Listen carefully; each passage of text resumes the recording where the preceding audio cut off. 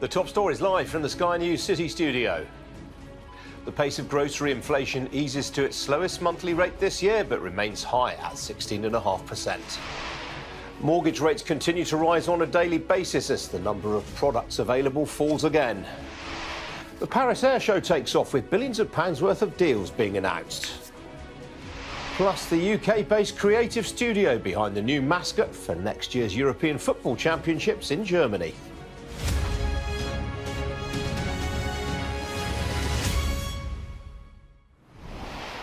Good morning, this is Ian King live in our business and economic news from the heart of the city. The pace of grocery inflation has eased to its slowest monthly rate this year, according to industry data. Kantar Worldpanel, which tracks supermarket sales and prices, reported a rate of 16.5% during the 4 weeks to the 11th of June. It's the third month in a row that the rate of price growth in the sector has softened. Last month, the figure was 17.2%, but the report acknowledged that the rate remains high, with continuing pressures on households and retailers. You know, if you look at Iceland, we started by my mum and dad in 1970. They've been through many trials and tribulations and many economic shocks. But I don't think in our 53-year history we've ever had, you know, such a perfect mix, a perfectly terrible mix of different factors. You know, a lot of these issues are kind of macroeconomic in nature, post-COVID recovery, very tight labour market, obviously, and indeed the war in Ukraine. And all of that is causing these inflationary pressures. And that's why we're seeing food prices at kind of 15% plus growth. Meanwhile, mortgage rates are continuing to rise. The latest figures from the data provider Moneyfacts reveal that the average rate on a 2-year fixed-rate mortgage is 6.07%. That's up from 6.01% this time yesterday. Well, the average rate on a 5-year fixed-rate deal is 5.72%. That's up from 5.67% yesterday. And the number of residential mortgage products has continued to fall. There are currently 4,641 residential mortgage products available. That's down from 4,683 yesterday. Well, joining me now is Ray Bolger. He's Senior Mortgage Technical Advisor at John Charcoal. Ray, good to see you this morning. You've been at this an awful long time. When did you last see market conditions like this? Well, back in 2008, they were actually worse than this, because at that stage we had lenders withdrawing mortgages and not replacing them, and it actually became impossible to get a mortgage unless you had a deposit of at least 15%. So that situation was very different. It wasn't a case of rates going up. It was a case of actually not being able to get a mortgage at all, which is even worse.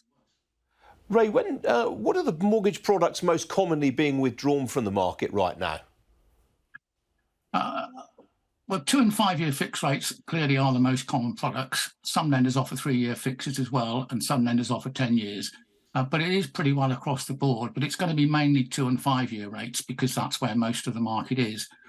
One thing, Ian, I think is worth stressing is that these average rates, which the media love quoting because they're an easy thing to pick up from Moneyfacts each day, are actually come in the category of what I would call true but misleading.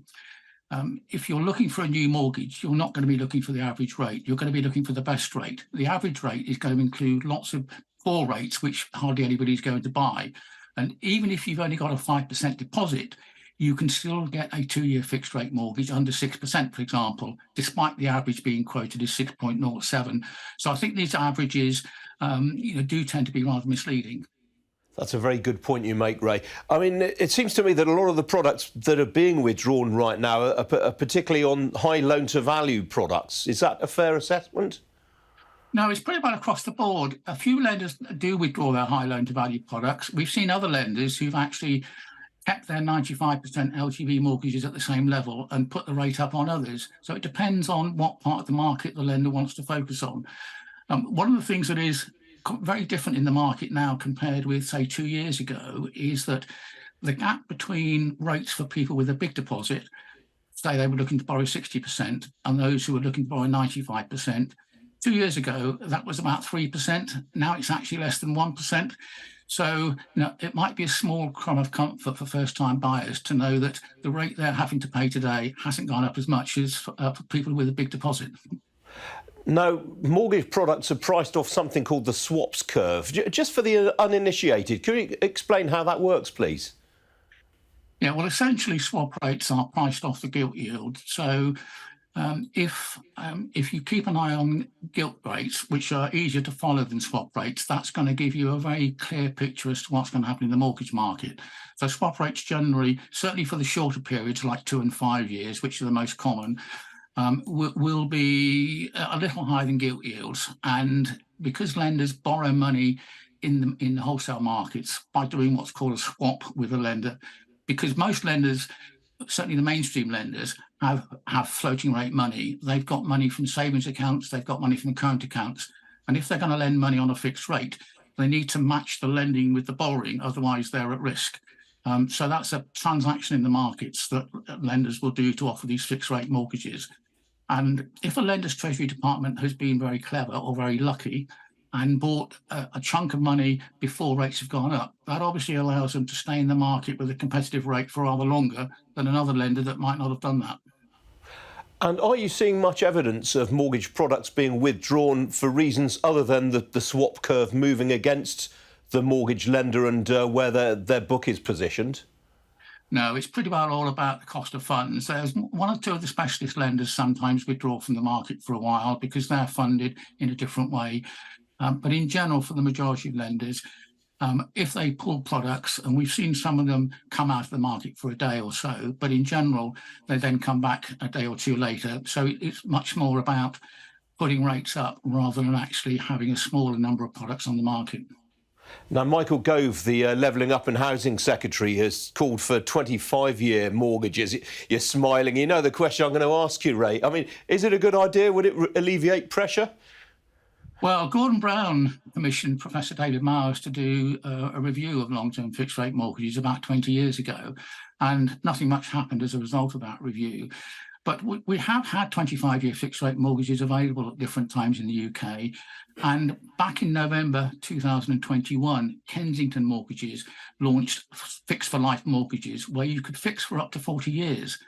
And back in those days, you could have bought a 30-year fixed-rate mortgage at under 3%. And I bet there's a lot of people now who wish they'd done that.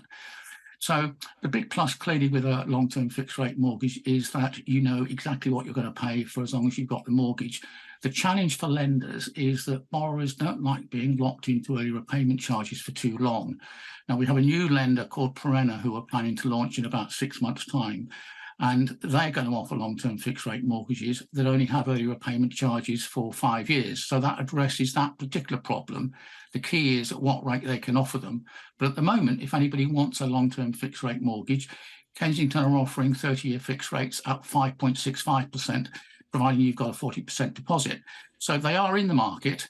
It's just that very few people are prepared to pay the slightly higher price for them or are not prepared to accept the early repayment charges. Ray, it's always very informative talking with you this morning. Thanks very much indeed for joining me. Okay, pleasure.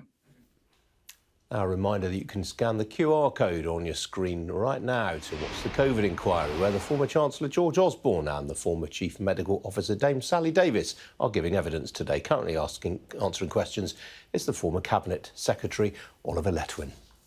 Some other business news stories for you now. And China's central bank cut 2 of its main interest rates today in an attempt to stimulate the country's economy. The People's Bank of China cut its 1-year loan prime rate from 3.65% to 3.55%, while the 5-year loan prime rate was reduced from 4.3% to 4.2%. They were the first such reductions in 10 months and come amid growing evidence that growth in the world's second largest economy is starting to stall after its rapid unwinding of COVID restrictions 6 months ago. Well, the rate cuts followed the unveiling of some tax breaks for businesses last week, which are expected to be followed by other measures in due course. The motor dealer Lookers has agreed to a takeover by a Canadian buyer in a deal valuing at £465.4 million. The company, which owns 147 dealerships covering 35 makes of car, is being bought by a business called Global Auto Holdings Limited, which is owned by Alpha Auto Group, a privately owned Canadian car dealer network.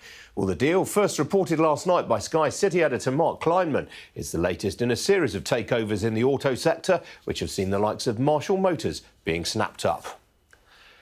The artificial intelligence race has accelerated as Meta claims to have developed an AI too convincing to release to the public. The Facebook parent company says its VoiceBox AI is capable of creating a realistic sounding voice by feeding it just 2 seconds of speech. Meta claims it will enable people to talk to each other authentically, even if they don't speak the same language. Well, the company has to date invested $36 billion in its metaverse program, to little return so far.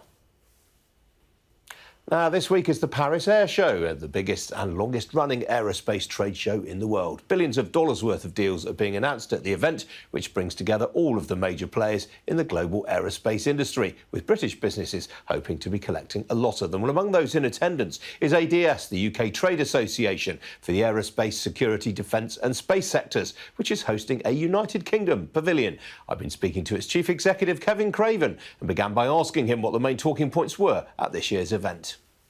So clearly the drive to the green technologies is the big theme of the show, together with the eVTOL sector, electric taxis and advanced air mobility themes. These are all things that are really exciting things for our sector, and we're seeing quite a lot of innovation and drive around that. How do you assess the progress being made right now towards net zero aviation?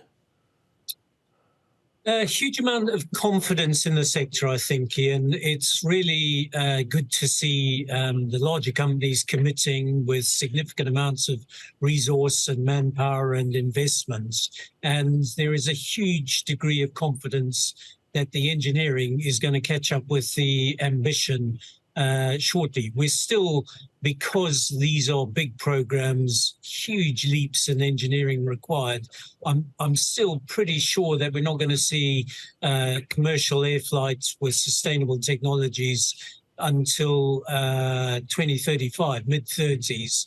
But it's coming. There's no question about that. What about defence? Obviously, that's much in the spotlight since Russia attacked Ukraine. Is defence aerospace getting a lot more attention than in previous air shows?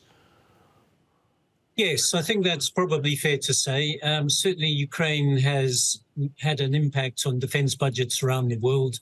That's still trickling through in terms of orders. But again, driving innovation at speed, where you've seen the Ukrainian industry and their military working hand in hand at the very front of the battlefield to produce innovation to counter some of the mess of the Russians coming in.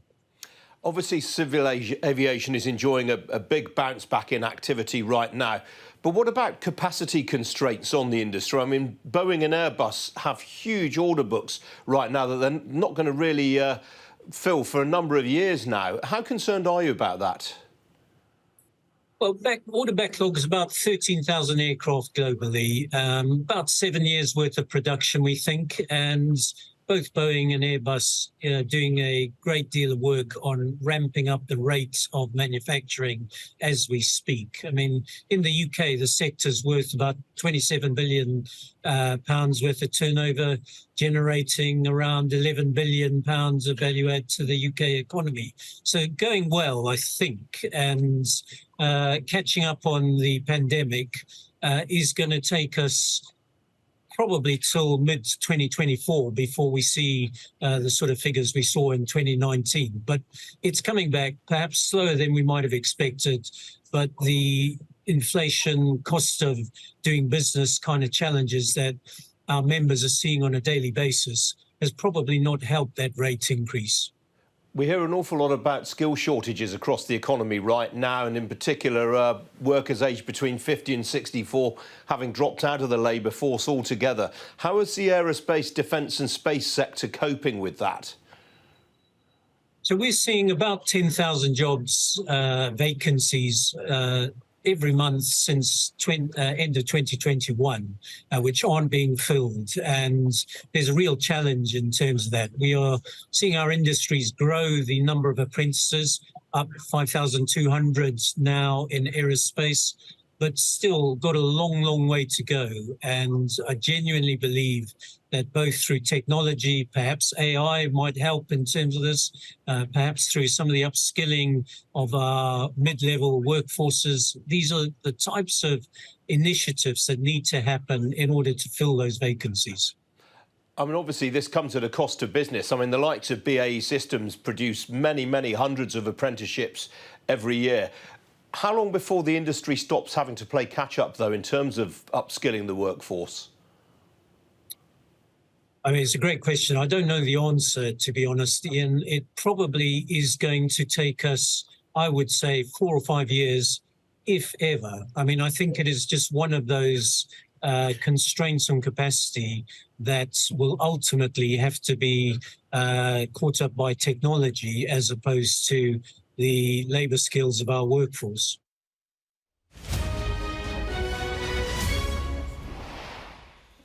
Well, equity markets in the Asia-Pacific region had a largely downbeat session. That was after the People's Bank of China cut interest rates by less than expected. As you can see, the Hang Seng in Hong Kong sold off by 1.5% and the Shanghai Composite by just under 0.5%. The main gainer in the region overnight was in Australia. Stocks there rose after minutes from the latest meeting of the Reserve Bank of Australia pointed to keeping interest rates unchanged. They actually discussed that during the meeting. Well, in Europe, stocks have been largely in negative territory this morning. Only the IBEX in Madrid in positive territory right now among the major continental European indices. Talking points this morning include the German chemicals company Lanxess. The shares there down some 15% in Frankfurt following a profits warning. Well, here in London, the FTSE 100 is just about holding its head above water. It's more or less unchanged, quite frankly. Mining heavyweights weighing on the index to an extent. The leading blue chip gainer right now in percentage terms is the Lloyd's of London insurer Beazley. The shares there are ahead by some 2%. That's after buying by its incoming chairman, Clive Bannister, an old friend of this programme, of course. On the downside, Ocado shares there down nearly 5%. That is on downbeat broker comment. I think JP Morgan Cazenove, the culprits this morning. Outside the FTSE, Saga, the shares there are just about ahead right now following a trading update. They were up 0.5% the last time I looked, while the miner Greatland Gold, bit of a small cap favourite there among retail punters. The shares there some 3% ahead on a drilling update. On the downside, the recruitment specialist S3 is off 0.5% after warning of an uncertain macroeconomic backdrop. As for the currency markets, well, most of the talk there has been on the yuan following China's rate cut, which, as I said, was less than expected. The yuan trading now at a 7-month low against the US dollar, back at levels seen in November last year. Sterling is off just under 1/6 against the US dollar and by 1/5 also against the euro. Single currency, meanwhile, more or less unchanged right now against the dollar. It's been a quiet 48 hours for the oil price. It's been trading in a very, very tight band right now. Barrel of Brent crude, the last I looked, I don't know whether we can get it up on the screen there. We don't have it. Last I checked, there it is. $76.90 a barrel. It will set you back right now. It's up at 1%. So it's picked up a bit of momentum as the morning has gone on. Well, joining me this morning is Alicia Forey. She's a consumer analyst at Investec. Alicia, good to see you this morning. Obviously, all eyes on inflation right now. You've got some interesting calls at your shop right now on this. Yes, that's right. I think the big market moving piece of news this week is, of course, the CPI figure that's due tomorrow. Everyone is expecting it to start to nudge down because energy costs have started to fall and it is now starting to feed into that base. So the direction is hopefully down, which would be positive for the market. At Investec, we're actually expecting a bigger fall than consensus is looking for. So our economists are forecasting 8.2%. The market is looking for 8.5%. Now, of course, those numbers are still very high, and the UK inflationary environment has proved incredibly sticky in the last few quarters. So there are lots of reasons driving that. So what are your colleagues seeing that the rest of the market isn't? Well, I think what they're looking at is you've got commodities coming down, you've got shipping costs have fallen, energy costs have come down, and actually as interest rates continue to rise and some more mortgages start to be refixed at higher rates. It's been a slower process here in the UK. than it has been in other parts of Europe. So when that starts to feed through, that all starts to put the brakes on inflation just a bit. So I think we are also hearing this from consumer companies too. It's not just the Investec economists who have this view. Consumer companies are expecting inflation to ease in the second half for all those reasons that I just mentioned: commodities, shipping costs, energy. And in fact, they're expecting margin potential uplifts in H2 of this year, and for commodity inflation to turn into a deflationary tailwind early next year. So there is light at the end of the tunnel, but the number tomorrow will still probably look pretty high. What's interesting about the consumer goods universe is that there are pockets of it that are still doing particularly well. I mean, luxury goods being the obvious example. How easy is it to get a handle on the extent to which households are running down the enforced savings that they built up during the pandemic period? Yeah, that's a great question. In the UK, the consumer is actually sitting still on quite a healthy level of COVID savings, excess savings that were accumulated during COVID. In other markets, such as the US and in Europe, those have been run down a lot faster. So the UK has a bit more cushion left. We are hearing, not just in the UK, but around the world, that consumers are shifting towards high-end purchases. That trade-up phenomenon is still very much alive, despite inflationary pressures on disposable incomes.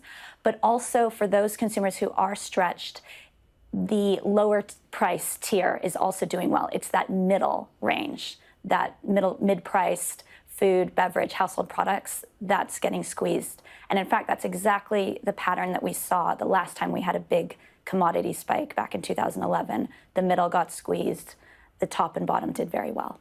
That's a very interesting time in your sector more broadly, because you've got a lot of the big names, Unilever, Reckitt, Diageo, all with changes at the top right now.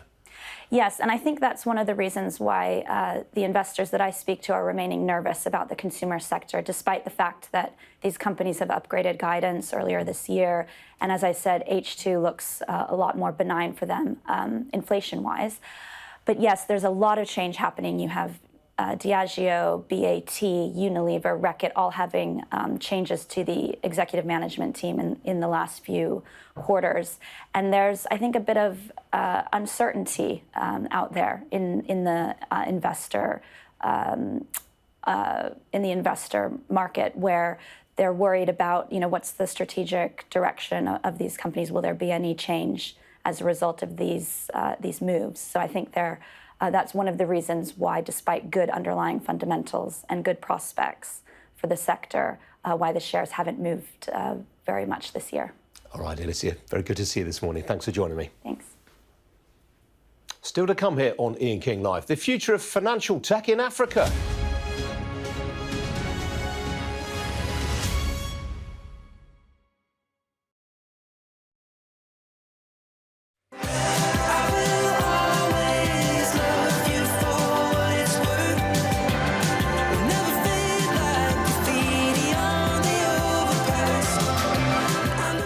Look at his consistency for releasing music. It's unbelievable. If you go back to 2011, he released his debut album. He's released 6 records since then. I think the first couple were 3 years apart. Now it's 2 years apart. In the meantime, there are EPs, reversions of tracks where he's happened to get Beyonce to jump on one and this kind of thing, tours. And I think you just look at that period of time, he's obviously a massive charting artist, but the fact that he keeps coming back with such consistency is quite staggering, really. And the way this survey, this is PPL, so it's not only it's music that you've chosen to stream or heard on the radio, this is stuff you might hear in a cafe or is performed at a festival. And so the fact that the music is out there, it sort of lives on playlists, then he releases some more music, that adds to playlists. So you might never engage with an Ed Sheeran record, but the chances are you probably will hear one of his songs because there's so much of it available.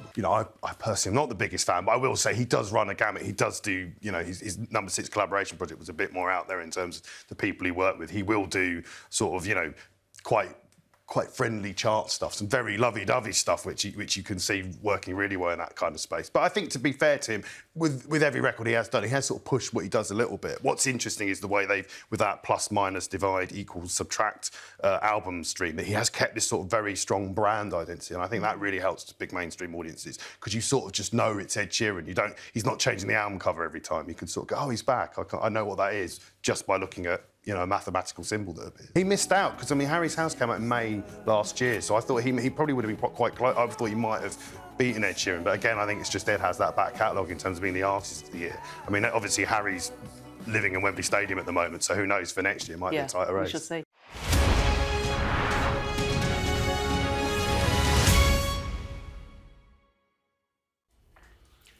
Welcome back. Now, this week we'll see more than 2,000 experts and business leaders descend on the Rwandan capital of Kigali for what its organisers claim will be one of the biggest fintech events this year in the world, and certainly the largest in Africa. The Inclusive Fintech Forum is aimed at capitalising on the fintech boom currently underway in the continent, with the sector in Africa growing at around 10% a year. Well, joining me now live from Kigali is Hortense Mudenge, Chief Operating Officer at Rwanda Finance Limited. Hortense, very good to see you this morning. Why is fintech going through such a strong period of growth in Africa? Yes, good morning, Ian, and pleasure to be with you this morning on the show. We're very, very happy, and we're having an exciting morning here in Rwanda, as we have over 2,500 delegates that have actually convened to discuss the hot topic that is fintech, financial inclusion. And financial technology is actually the fastest growing industry in the financial services sector as a whole. And you rightly pointed out that financial services sector is seeing a 10% annual growth, right? And financial technology is actually the driver behind that. So we're anticipating that this will transform economic development on the continent. And we're excited to be hosting this forum, to be able to convene all the key players, on the market, whether regulators, to discuss, the possibilities of creating more regulations or policies that are conducive to boost fintech development in the continent. And we're also excited to see startups, right, and entrepreneurs here today also joining us in this conversation, to be able to see what solutions they can offer us, to be able to address the key challenges that we face on the continent, with the percentages of, high level of unbanked population. That's a big opportunity that we think that fintechs are really going to play. And also one of the key drivers behind why fintech is becoming a boom on the continent is because there's still great need and opportunity to accelerate financial inclusion. And that's really where financial technology plays a key role. And we're excited to be having the conversation and seeing really what key takeaways we can take from this to further that conversation. You've just put your finger on a really important point there. I mean, mobile money in particular has grown very rapidly in Africa in recent years. Why is it then that so many Africans remain unbanked? Yes, and it's a great question there, Ian. Absolutely, mobile digital payments have actually scaled through the roof. When you talk about fintech, or really the biggest segment in terms of products that have really taken off has been in mobile services, digital payments primarily, as well as e-wallets. And we're also seeing that it has been, relegated just to some of the urban areas, and there is need to increase expansion and scale into the more rural areas. And I believe the biggest challenge right now, which is even the biggest conversation today that we'll be tackling, is the need for more infrastructure to be put in place that will be able to give that access, to the rural population of the unbanked to be able to tap into. The conversation around creating more services, right, that will be able to enable cost effectiveness, whether in terms of internet, for example, to allow people to be able to access these digital services. And so the conversation here really, and that's the important reason why we have policymakers also joining us today, is to discuss, what we're doing as a continent and what we're doing as a region. We have the African Continental Free Trade Area, for example, that is looking at exploring the digital payment system. This is one of the areas that will really allow for that access, increased access to financial services that we are seeking, beyond even what currently the mobile service providers are able to offer. It will be an opportunity now to add in more players to be able to scale that access. And also internally with different jurisdictions, it's a conversation of what more can be done in terms of creating that enabling environment to attract more investment into this infrastructure that can be put together and put towards actually advancing access to financial services. Hortense, good to talk to you this morning. Thanks for joining me. Thank you too, Ian. Pleasure to be here. Bit of breaking news to bring you. We've just learned that French investigators are searching the headquarters of the 2024 Paris Olympics organisers as part of an investigation into suspected corruption. We'll have more on that for you as we get it. In the meantime, still to come here on Ian King Live, the UK-based creative studio behind the new mascot for next year's European Football Championships in Germany. Don't go away.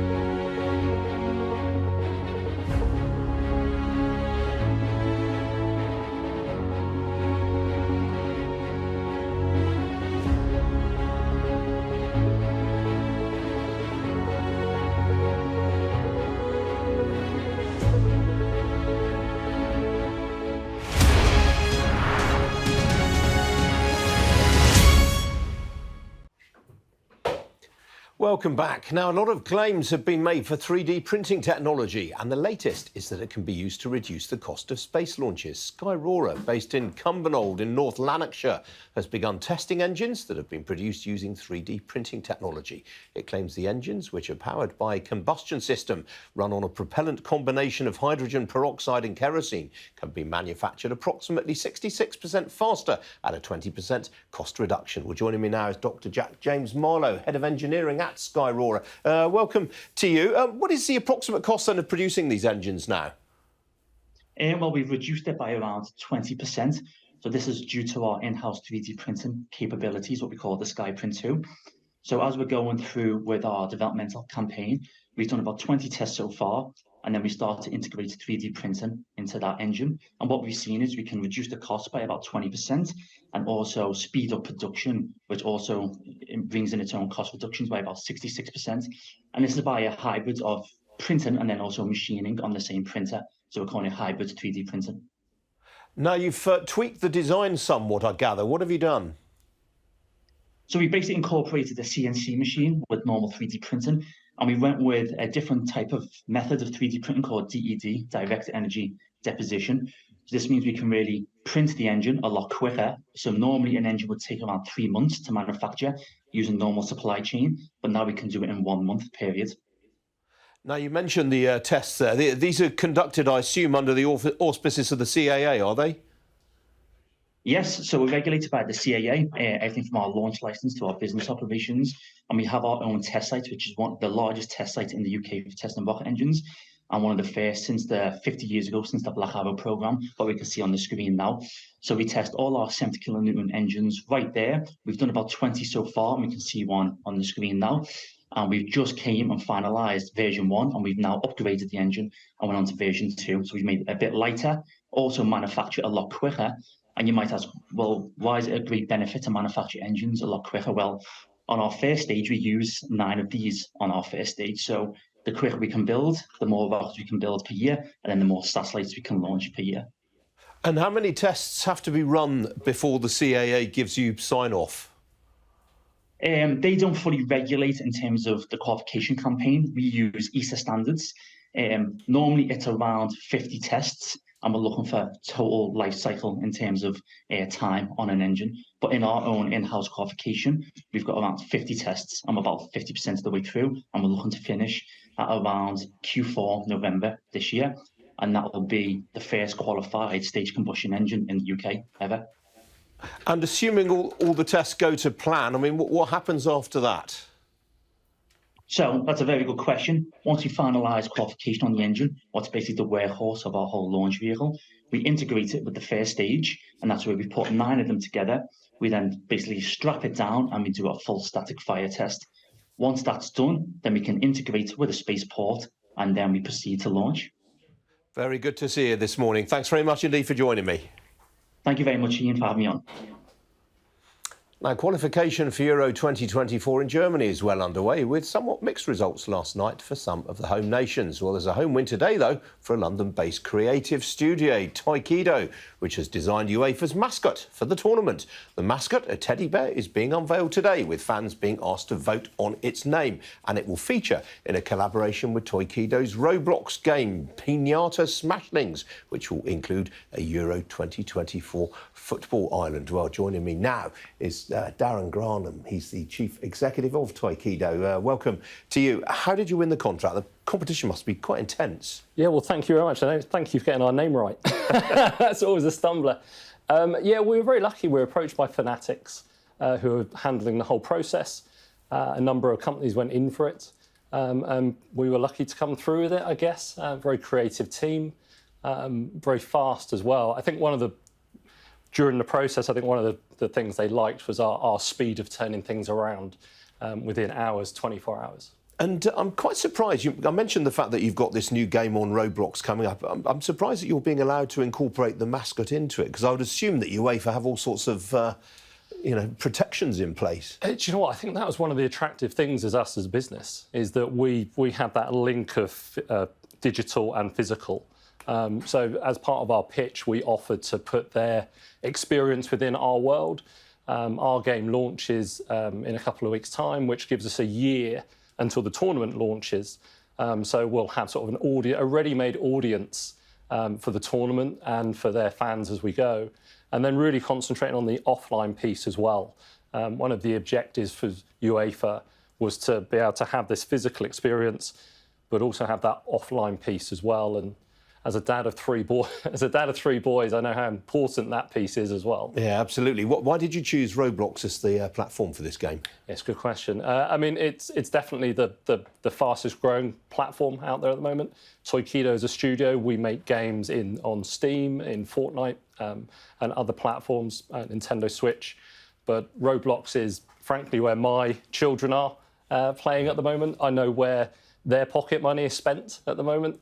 So it's just, and I also like the fact as a platform, the community, that the kids are there all around the world playing together, was very attractive to us. Yeah, are you going to are more games planned in Roblox platform? Yeah, absolutely. Yeah, as a studio, I mean, Toikido, I want us to be the fastest and best creative studio in the UK. So we have 7 other IP in development at the moment, taking them from a digital platform into toys and into other merchandise, as well as live experiences and music. Does the fact that you've got the mascot in a virtual setting, does that translate to stronger physical sales of toys and memorabilia than would have otherwise been the case, do you think? Oh, do you know what? I think potentially yes. I think one of the things, if you look at the tournaments historically, the majority of the merchandise that has been sold from a tournament has been in the home nation.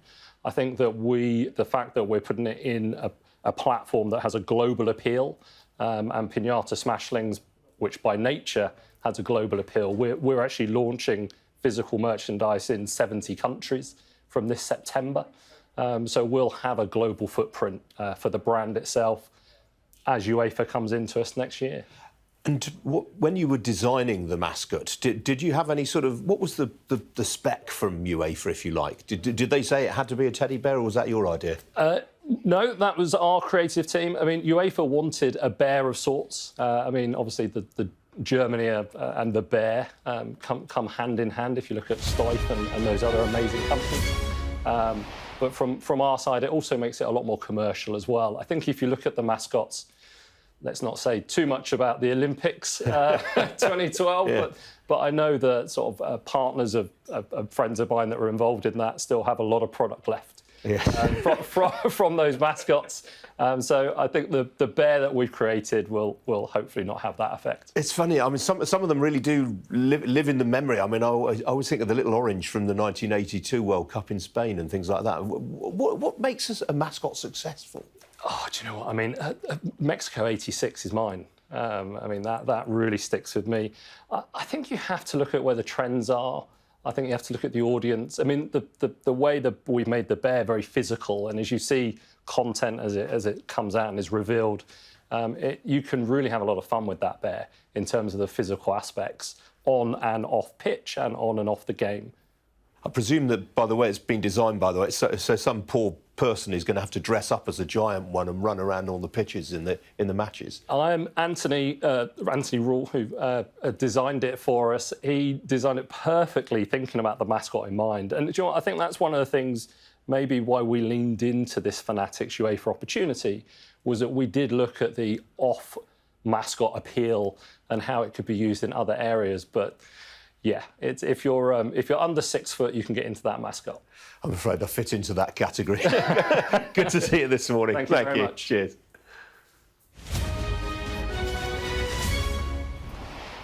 Well, time for a look now at this morning's business pages. And the Financial Times splashes its print edition with a story that we brought you this time yesterday. The cost of a 2-year fixed-rate mortgage deal in the United Kingdom rising above 6%. Well, inside the FT, there's a big write-through by its economics editor, Chris Giles. He writes that another interest rate rise from the Bank of England is now being fully priced in by the markets. Of course, that's expected to see interest rates rising from 4.5% to 4.75%.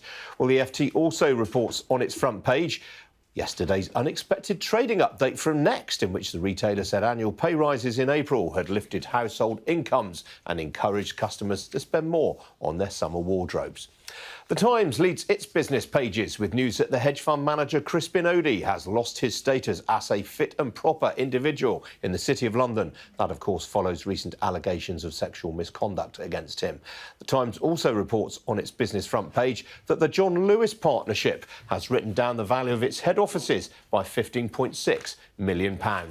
Meanwhile, the Daily Telegraph leads its business pages with news that Bank of England officials are launching a new stress test to measure the resilience of banks, pension funds and other institutions to a sell-off in the bond market.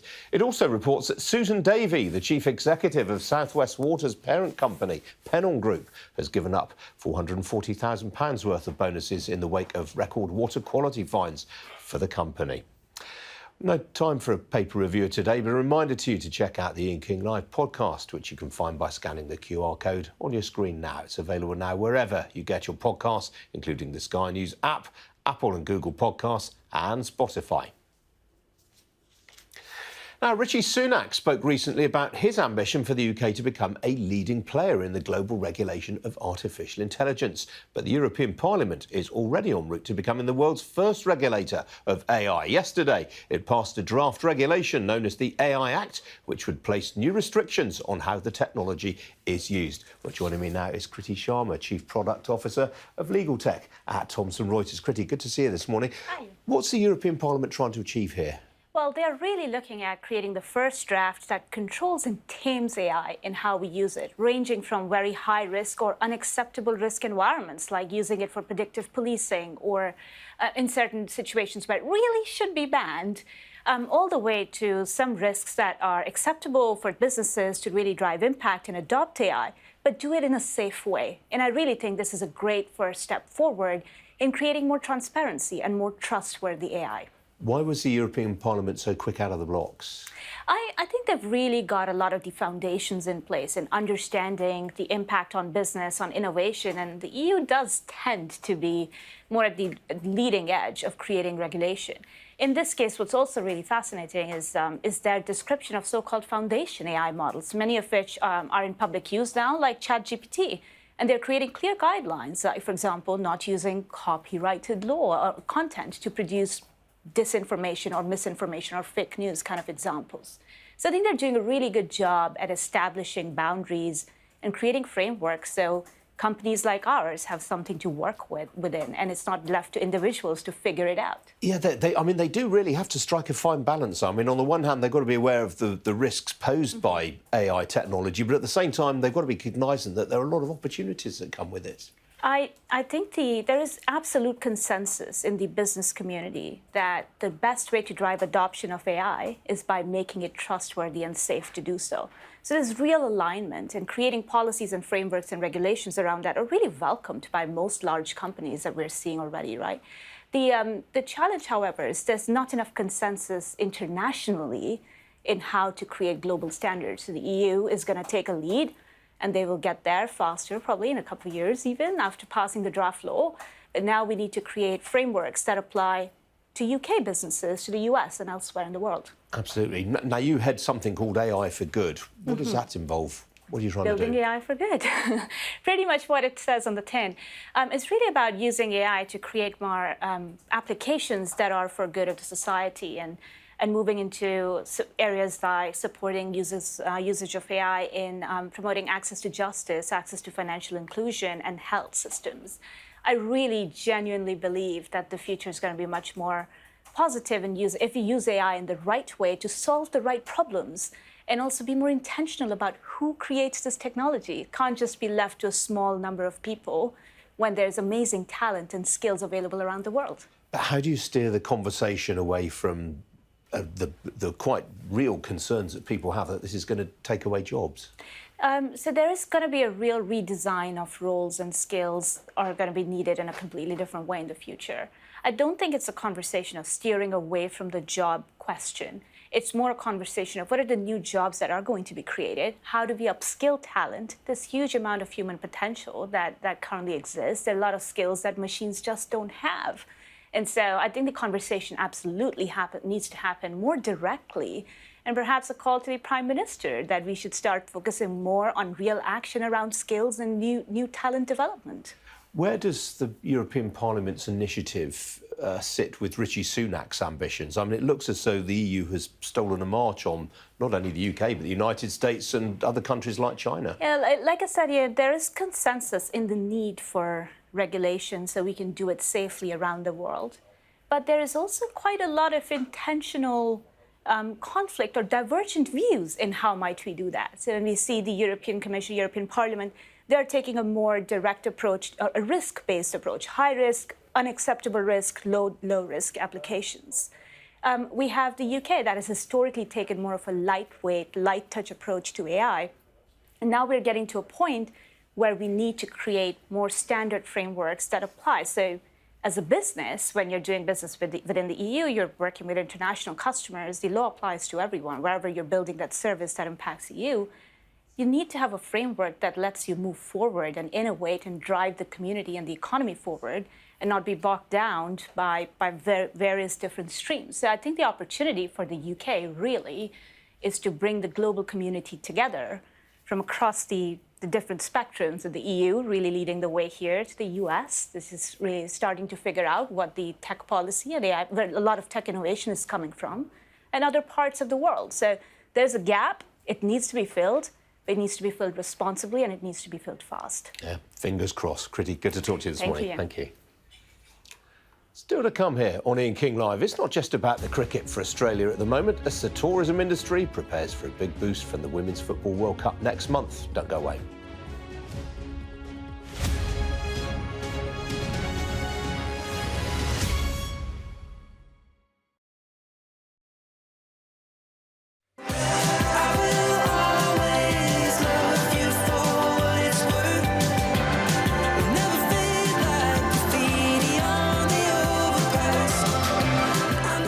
Look at his consistency for releasing music. It's unbelievable. If you go back to 2011, he released his debut album. He's released 6 records since then. I think the first couple were 3 years apart. Now it's 2 years apart. In the meantime, there are EPs, reversions of tracks where he's happened to get Beyonce to jump on one and this kind of thing, tours. And I think you just look at that period of time. He's obviously a massive charting artist, but the fact that he keeps coming back with such consistency is quite staggering, really. And the way that this survey, this is PPL, so it's not only it's music that you've chosen to stream or heard on the radio. This is stuff you might hear in a cafe or is performed at a festival. And so the fact that the music is out there, it sort of lives on playlists. Then he releases some more music that adds to playlists. So you might never engage with an Ed Sheeran record, but the chances are you probably will hear one of his songs because there's so much of it available. You know, I personally am not the biggest fan, but I will say he does run a gamut. He does do, you know, his number 6 collaboration project was a bit more out there in terms of the people he worked with. He will do sort of, you know, quite friendly chart stuff, some very lovey-dovey stuff, which you can see working really well in that kind of space. But I think, to be fair to him,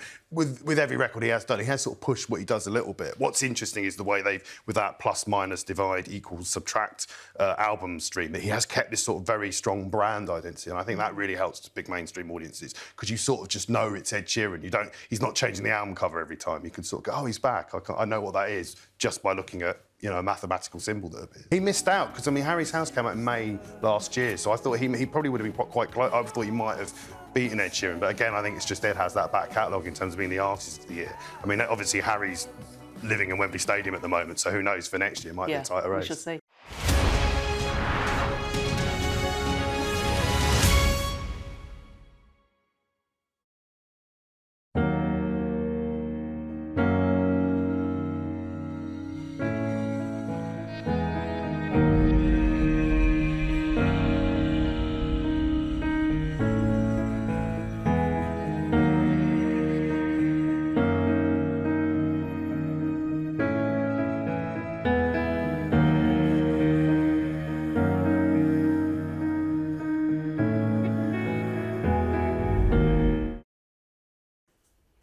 Welcome back. Just a bit of breaking news to bring you. In the last few moments, Valdo Calacane, who is the person accused of the attacks in Nottingham last week, has appeared in Nottingham Crown Court and has been remanded in custody. A trial date has been set for the 12th of January next year.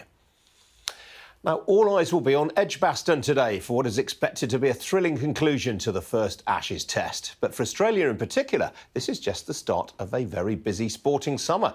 In a month's time, the Women's World Cup begins down under, the first time it's been played in the Southern Hemisphere. And that's just the start of a series of big sporting events being held in Australia over the next decade. Well, joining me now is Sally Cope. She's Regional General Manager for the UK and Northern Europe for Tourism Australia. Sally, welcome to you. Does Australia really need all these sporting events to sell itself? I mean, it's got plenty of attractions on its own merits. Sporting events like this create such an amazing opportunity for us. Tourism Australia is the marketing organisation for encouraging visitors to come down to the country.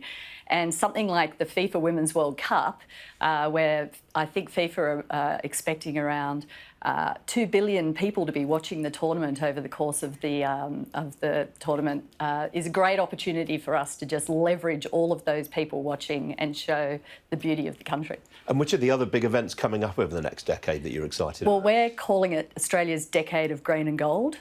So out of this region, we're excited because obviously the Ashes will be back in 2024. 25, and the Rugby Lions are coming down in 25 as well. But as far as World Cups go, we have the Rugby Men's in 27, the Rugby Women's in 29, the Commonwealth Games are down there in 26, and it's all culminating to the Olympic Games and the Paralympic Games in Brisbane in 32. So decade of green and gold. Very, very busy time. And Australia only reopened to foreign visitors in February. What have the numbers been like? We've seen a real bump, especially from this region. So I think initially it was an indication of the strong ties between Australia and the UK, people returning to visit friends and family. But now the true holiday makers are coming. So when you've got a sporting event like this, it's perfect timing for us. I think when broadcasters will be talking about the sporting highlights, we'll be talking about the holiday highlights at the same time.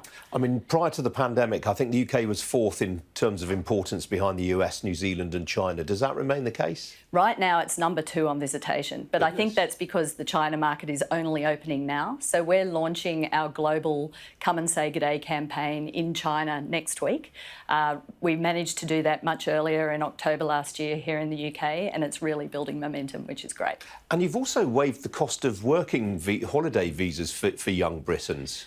Well, what's happening, it's really presenting a lot of opportunities. On the 1st of July this year, the age range is increasing from 30 to 35, so young is getting a little bit older. And then next year on the 1st of July, it will be much more flexible around getting second and third year visas. There won't be restrictions on where you work and so on. So great opportunity for young people to go and experience the Aussie lifestyle. What was the thinking behind that?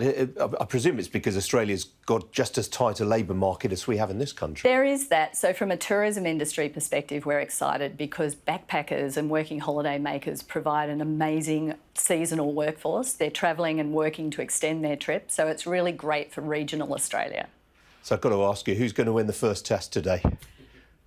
It's close. I think all I can say is the Ashes is going to be a great series because they're so evenly matched. But of course, I'm going for the Aussies.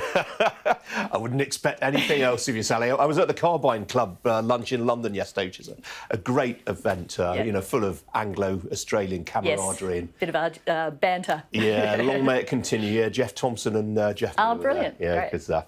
Sally, got to leave it there. Good to see you this morning. Thank you. That's it from me for today. There's much more on the Sky News mobile app and on the website with reporting, video content and analysis from our business team. I'm back at 10 o'clock tomorrow morning. Hope very much to see you then. Do stay tuned after this short break. Wilfred Frost will be up with all the latest from the COVID inquiry where, as we speak, the former Chancellor, George Osborne, has started to give evidence. A lot more on that at the top of the hour. See you tomorrow. Thanks for joining me today. Cheerio.